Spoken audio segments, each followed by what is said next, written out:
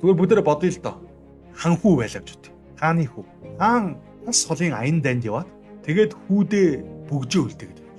Тэгэхээр бөгж гэдэг зүйлийн одоо давуу тал нь бол одоо гарч ирнэ. Нэгдүгээрт хааныг явсан хойгоор хан хүү хин нэгэн хан хүү бишээ гэж түүний эрх мэдэл царгалдаж магадгүй. Хааныг явсан хойгоор одоо төрийн эргэлт хийх гэдэг те. Тэр үед яасан бэ гэхээр зөвхөн хааны гарт зүгдэж байдаг, хааны гарт байхад нь харж байсан тэр бөгж хүүгийнхэн гарт байгааг хараад хинч хүү рүү халдаж эсвэл хүүгийн эрх мэдэл, хүүгийн тэр язгуур заяагдмал төрхөөсөө олж авсан тэр хаан сентиний өвлөх тэр эрх мэдэлтэй хинч маргалдаж чадахгүй. Хүү өөдөөс нь хуруу гаргасан тий. Үгүй ээ. Миний эцгийн надад үлдээсэн зөвхөн миний эцгийн гарт тэгээд өмнөх хаад түүний өмнөх хаадуудын гарт байсан тэр бөгж одоо миний гарт байна. Хааныг байхгүй хойгоор хааны эрх мэдэлтэйгээр зарлиг гаргах, захиран тушаах тэр эрх мэдэл хүүд өгцсөн гэсэн бөгжөөр. Яагаад гэвэл тэр бөгжөөр хаан бол зарлигаа бичүүлээд тэр бөгжөөрөө хамгаалдаг байсан. Ихэвчлэн одоо эртний хаадуудын бөгж бол өөрөө тамга байдаг гэсэн. Тэгээд тэр бөгж нь бол мэдээж хэлбэр хээтэй. За тэгээд тэр хэлбэр хээг бодгон дүрээд хааны бөгжөөр.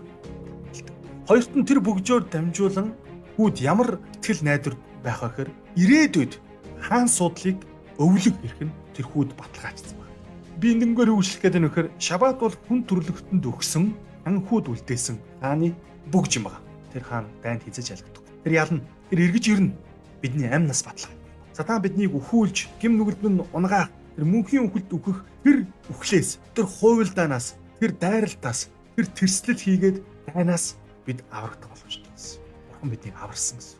Тийм учраас дэд хууль номдэр гардаг 10 хуулийн бас нэгэн хуулбар дээр үсгэл би бол чамайг чөлөөлсөн гэсэн юм аа. Би чамайг бол аварсан гэсэн юм аа гэжсэн. Шабат өдөр бол зөвхөн бурхан биднийг бүтээсэн бид бүхэн дурсан санахаас гадна бурхан биднийг аварсан гэсэн юм аа гэдгийг дурсан санаж түүн талархаж түүнд итгэж найддаг өдөр юм шүү. Хоёр дахь нь бөгж бол бидний ирээдүйд чи хаан суудал сууна гэдгийг сануулдаг. Паул өөрийгөө бол зөвхт байдлын тэтгэн надад зэгтэн хийсэн. Харин Яаков өөрийгөө бол бурхныг хайрлагсад буюу сорилтыг даван гарч байгаа хүмүүс мөнх амийн тэтгэмийг өвлөн авна гэжсэн. Тэгэхээр бид ч гэсэн ирээдүйд бурхантай хамт хаанчилж суунаа. Бурханд итгээгүй тэрхүү зөвхт бос хүмүүсийг шүүхээр шүүгчийн шүүлтийн суудалд бид нар суунаа. Бид бурхантай хамт хаанчлна гэдэг энэ итгэл найдвар бидэнд байна. Ром номын 8 дугаар бүлэг дээр ингэсэн байгаа. Хэрэг бид хүүхдүүд нь юм бол өв залгамжлагчд нь бас мөн Христтэй хамт алдаршуулгахын тулд хэрэг бид үнэхээр түүнтэй хамт довдог юм бол бид түүний өв залгамжлагчд бөгөөд Христийн хамт хамтран залгамжлагчд юм аа гэсэн.